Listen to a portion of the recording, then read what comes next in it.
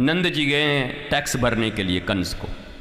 वो कई बार मार्च इत्यादि में जब कथा होती है तो कई लोग कह देते हैं कि थोड़ा वो रिटर्निंग का डेट है, रिटर्निंग डेट 31 मार्च, तो उसमें नहीं आ पाएंगे। आज नंद बाबा का भी रिटर्निंग डेट है, कंस को भरने गए हैं, टाइम से गए हैं। अगर न जाए एक दिन देरी कर दे तो कंस ध्यान दे देगा कि क्या बात है नंद जी क्यों नहीं आए। बोला वहाँ उत्सव चल रहा है, अरे पहले उसी को मारो, कहीं वही तो 8वां नहीं है। तो नंद जी गए, जाकर टैक्स भर रहे हैं कंस को। हाँ जरा सोचिए, वसुदेव जी से मुलाकात भी उनकी हुई है। दूसरा जो भगवान ने, मैं जिस बात पर यह बात कह रहा था, सकटासुर का, सकट भंजन, सकटासुर आया है। बैलगाड़ी लगी है, बैलगाड़ी आप बोलते हो ना, बैलगाड़ी जो होती है, गाड़ा, वो आप छत्तीसगढ़ में बोलते हो। छत्तीसगढ़ तो इतना बड़ा है और भारत इतना बड़ा है, तो पूरे लोग गाड़ा समझेंगे नहीं तो मैं कैसे बताऊं। बैल जिस गाड़ी को चलाती है, 2 बैलों के साथ जो गाड़ी चलती थी, बैलगाड़ी, बैलगाड़ी सबसे बढ़िया है। गाड़ी उसमें लगते हैं 2 बैल, इससे बढ़िया क्या होगा। घोड़ा जो गाड़ी जाते घोड़ा गाड़ी, बैल ले जाए बैलगाड़ी। तो बैलगाड़ी लगी हुई है, ठाकुर जी का महोत्सव मन रहा है, क्योंकि ठाकुर जी करवट बदले। ठाकुर जी आज करवट बदले हैं तो यशोदा रानी तो रोज ही महोत्सव मना देती है, अरे आज ठाकुर ने करवट बदलो है, चलो चलो चलो चलो। जैसे अपने यहाँ आश्रम में उत्सव बात बात पे हो जाया करता है, मतलब उत्सव मेरा जीवन, उत्सव मेरा धर्म। अब इतनी भीड़ हुई उत्सव में कि बैलगाड़ी के ऊपर में रखा हुआ था दूध, दही, घी सब भरा हुआ था, 9 लाख गैया थी।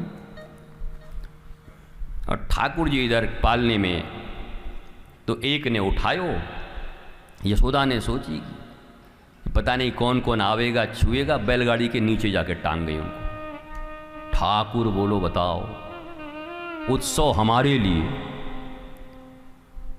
चारों तरफ खान पान चल रहा है, बफे सिस्टम चल रहे हैं, और हमको बैलगाड़ी के नीचे टांग दे लाके। ऊपर रस, नीचे रसेश्वर, रस ऊपर, रसेश्वर नीचे। अब फिर ठाकुर जी ने एक लात मारा तो सबरा रस फस हो गया वहीं पर। कहते हैं कंस ने राक्षस भेजा था, उसका नाम सकटासुर था, उसका भंजन हुआ। दौड़ के आई मैया, अरे रे हमारे लाला को का भयो का भयो का भयो। वहां तो पड़ा हुआ था एक आदमी, मैया अरे रे लाला लाला लाला को चोट तो ना ही लगो। जो छोटे छोटे उनके मित्र थे, कहा मैया तेरो लाला ने एक लात में मार दियो या को। बोला चुप, हमारो इतनो छोटो लाला, कहीं पावन में चोट तो ना आई। छोटे छोटे मित्र बोल रहे हैं बताओ, एक लात में उसका गत प्राण कर दिया इसका लाला। अपना लाला का पांव देख रहे, बेचारा वो चला गया मरने वाला।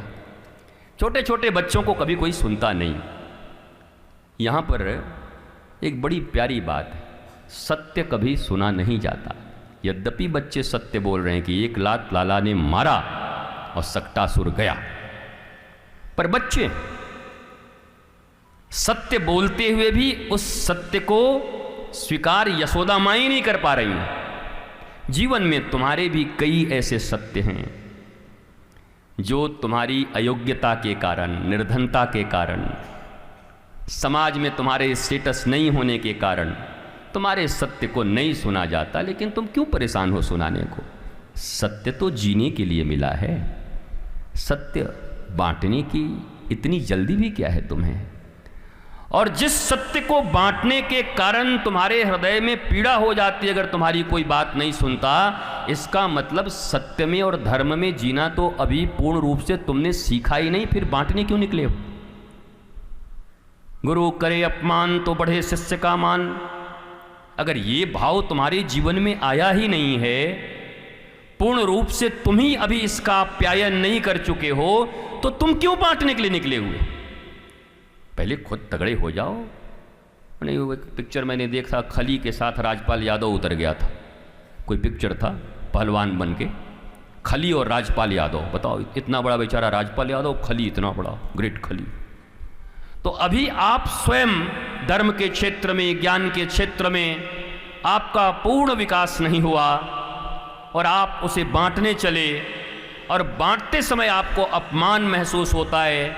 एक विराट यज्ञ यहाँ पर हो रहा है, इस यज्ञ में आप काम कर रहे हैं, सेवा दे रहे हैं, पर अगर आपको थोड़ा इग्नोर किया गया, एक्नॉलेज नहीं किया गया, तो आप कोने में बैठ जा रहे हैं, दो आदमी से बात करने लग रहे हैं, यहाँ करते करते मर जाओ पर कोई नाम लेने वाला नहीं है, हमको तो देख भी नहीं रहे हैं, बताइए इसीलिए हम आते नहीं हैं। What is this?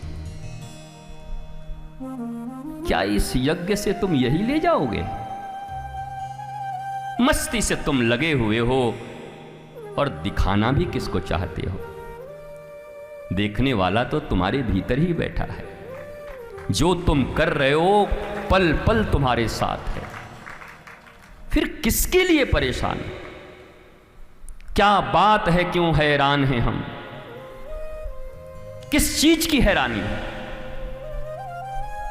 मैं आज सोचा था कि आज की कथा में जिनसे मैं मिल नहीं पाया हूं, सबको देखूंगा, कम से कम पहचानूंगा, बात भी करूंगा और पूछूंगा कि कोई ऐसा है जो मुझसे मिलने आया है और बात नहीं कर पाया, उसके मन में दुख है, हाथ भी उठवाऊंगा।